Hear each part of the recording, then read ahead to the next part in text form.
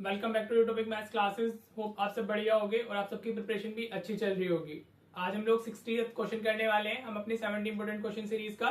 तो आज हमारा सरफेस एरिया वॉल्यूम खत्म हो जाएगा, ठीक है बेटा जी। तो अभी हमारे सिर्फ 2 चैप्टर रह जाते हैं, जिसको मैं अपकमिंग डेज में फटाफट करा दूंगा। हर रोज आपको 2 वीडियोस अपलोड करके और आपके वो सारे भी कंप्लीट हो जाएंगे, ठीक है बेटा। तो आप इस सीरीज को जरूर कर लेना और हर रोज जो शॉर्ट्स अपलोड होते हैं, ठीक है बेटा, उनको जरूर देखा करो। सेक्शन ए आपका वहां से कंप्लीट हो जाएगा, राइट। और 2 वीडियोस केस स्टडीज की ऑलरेडी चैनल पर हैं एंड आई विल ट्राई कि मैं 1 या 2 और अपलोड कर दूं, ठीक है बेटा जी। बाकी आप वो कॉन्सेप्चुअली होती है, उसमें नया कुछ होता नहीं है केस स्टडीज के लिए, वो सबसे इजी होते हैं। और जो अभी अगर आप इन क्वेश्चंस को कर लेते हो तो ऑटोमेटिकली आपका वो भी हो जाएगा, ठीक है बेटा। अगर आप चैनल पर नए हैं तो आप चैनल को सब्सक्राइब कर लेना और अपनी प्रीवियस वीडियो जरूर देख लेना। और अगर आपको वीडियो पसंद आती है तो इसको लाइक भी किया करें और कमेंट भी किया करें, ठीक है बेटा जी। तो चलिए अब अपनी वीडियो क्वालिटी को 720 पिक्सल पे सेट कर लीजिए। स्टार्ट करते हैं आज की वीडियो। देखो बेटा, ये क्वेश्चन लिया है मैंने, थोड़ा सा डिफरेंट क्वेश्चन है और सीबीएसई के फेवरेट क्वेश्चंस में से सीबीएसई ऐसा पूछ लेता है। अभी ये रेगुलर वाला नहीं होता है तो कॉन्सेप्ट तो वही है, लेकिन पूछने का तरीका थोड़ा चेंज हो जाता है, राइट। अब हम क्वेश्चन को पढ़ते हैं। पहले सीबीएसई 25 के स्टैंडर्ड के पेपर में आया फॉर 3 मार्क्स। सबसे पहले आप डायग्राम बनाओगे तभी जाके आपका ये क्वेश्चन होगा, ठीक है बेटा। Our room is in the form of a cylinder surmounted by a hemispherical dome, ठीक है बेटा। तो इस तरीके से आपका एक रूम है, सिलेंड्रिकल हो गया, हाँ जी। और उस पे क्या बनी हुई है, हमारी हेमिस्फेरिकल डोम बनी हुई है, राइट बेटा। इसके ऊपर हम ऐसे एक हेमिस्फेयर बना देते हैं, ठीक है जी। This is basically the structure of room. ऐसे रूम पता नहीं कहाँ होते हैं, मैंने तो नहीं देखे हैं, but according to the language यही है। एक सिलेंडर है, उसके ऊपर हेमिस्फेरिकल डोम, राइट। अब वो कह रहा है the base radius of the hemisphere is half base radius of hemisphere. क्या होगा, दोनों का सेम ही होगा। यहाँ से यहाँ तक जो रेडियस होगा that is we call that as base radius, हाँ जी। जो हमारा हेमिस्फेयर का है वही सिलेंडर का होगा। और साथ में बोला है half the height of the cylindrical part. तो सिलेंड्रिकल पार्ट की हाइट को मैच बोल देते हैं, ठीक है बेटा।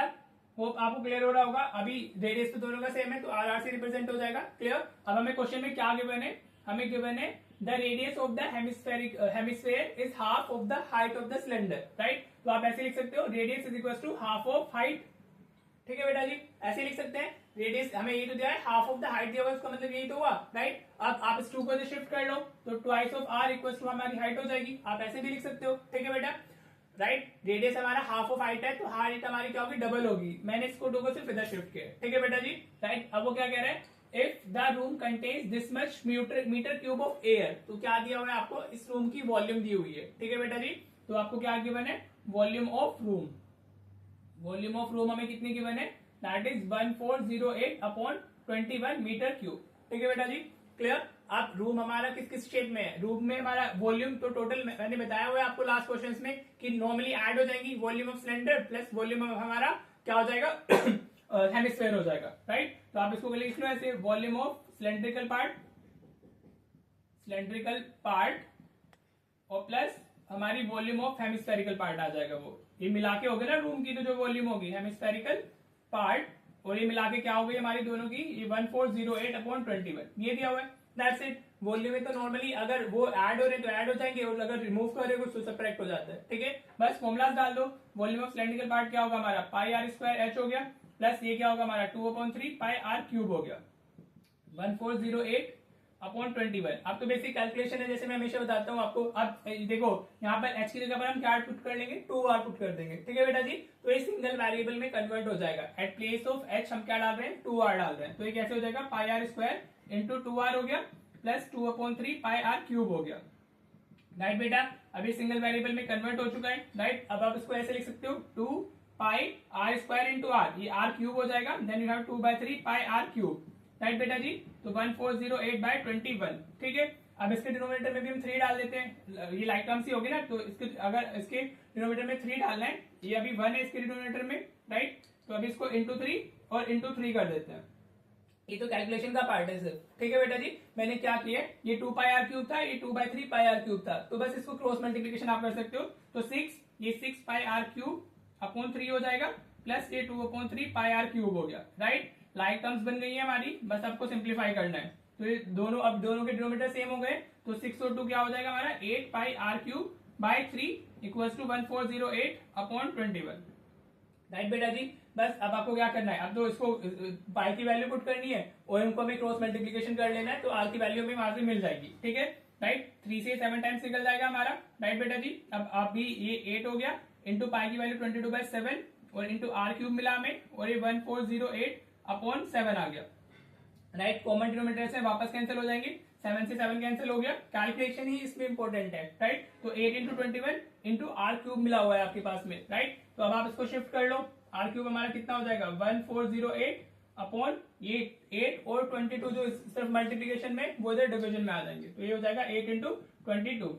बस अब आपको क्या करना है, अब आप उसको डिवाइड करना है। ये हमारा किससे डिविजिबल है, 11 से डिविजिबल है, कर लेते हैं। 11 2 इज 22, 11 से इसको करोगे तो 11 आ जाएगा, 30 हो जाएगा, 11 2 इज 128 हो जाएगा। ठीक है बेटा जी, अभी हमारे 2 से ये डिविजिबल है 6 और 4, और ये 8 से डिविजिबल है 8 आ गया, तो आर क्यूब की वैल्यू कितनी आ गई हमारी 8 आ गई। ठीक है बेटा, बस कैलकुलेशन ही इसमें इंपॉर्टेंट है, बाकी कॉन्सेप्ट तो सिर्फ यहीं तक था। राइट बेटा जी, अब आर क्यूब की वैल्यू अगर 8 है तो ये हमारा क्या होगा, 8 को हम क्या लिख सकते हैं, 2 का क्यूब लिख सकते हैं। हाँ जी, तो आर की वैल्यू कितनी आ गई हमारी 2 आ गई। ठीक है बेटा, आर की वैल्यू कितनी आई है 2। लेकिन क्वेश्चन में हमसे पूछा गया, क्वेश्चन में पूछा है find the height of the cylindrical part, जो सिलेंड्रिकल पार्ट की हाइट है मींस हमें h बतानी है। राइट, तो वी नो h हमारा क्या है 2r के इक्वल है, तो ये कितनी हो जाएगी 2 इंटू 2 हो जाएगी, तो h इक्वल टू कितना आ गया 4 मीटर आ गया।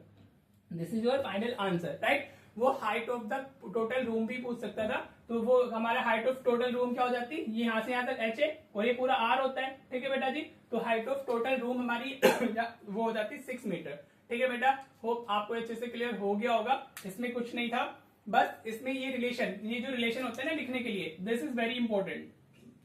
राइट बेटा जी, ये इतना इंपॉर्टेंट है कि सारा क्वेश्चन इसी पे डिपेंडेंट है। अगर आप इस रिलेशन को अच्छे से लिख लोगे, इसके और भी फॉर्म्स हैं क्वेश्चन की, इसको ऐसे वो कभी इसको मिक्स फ्रैक्शन की फॉर्म में भी दे सकता है। राइट, तो आपको समझना है रिलेशन सही से लिखना है, एंड फिर आपकी जो भी शेप्स हैं उनकी वॉल्यूम उसको सिंगल वेरिएबल में कन्वर्ट करके कैलकुलेशंस है। अगर आपको कैलकुलेशंस में कोई प्रॉब्लम है तो आप मुझे बता दीजिएगा, वो आपको क्वेश्चन क्लियर हो गया होगा। अगेन जो होमवर्क है वो यही कि आप इसकी एनसीईआरटी भी कर लें अच्छे से, और जो डिफरेंट क्वेश्चंस बन सकते थे वो मैंने सारे कवर करा दिए। Right, this is a formula based chapter, ये आज खत्म हो गया। अब हम नेक्स्ट क्लास में अपना स्टैट्स स्टार्ट करने वाले हैं, बेसिक कंसेप्ट सारे कवर करेंगे जैसे हम लोग करते हैं, और जो जो इंपॉर्टेंट क्वेश्चन है सब डिस्कस कर लेंगे। ठीक है जी, बस आप पढ़ते रहो, जो क्वेश्चन आप यहाँ पर कर रहे हो उसको खुद से कर लो, और जो भी आपके डाउट्स हैं, आपको जो भी चाहिए वो आप मुझे बता दो। ठीक है बेटा जी, तो चलिए मिलते हैं फिर नेक्स्ट वीडियो में। अगर आपको चैनल पसंद आया है, आपको वीडियो पसंद आई है, तो इसको अपने फ्रेंड्स के साथ शेयर कर देना और लाइक भी कर देना और कमेंट भी कर दीजिएगा। ठीक है बेटा जी, चलिए मिलते हैं फिर नेक्स्ट वीडियो में। Thank you so much for watching the video.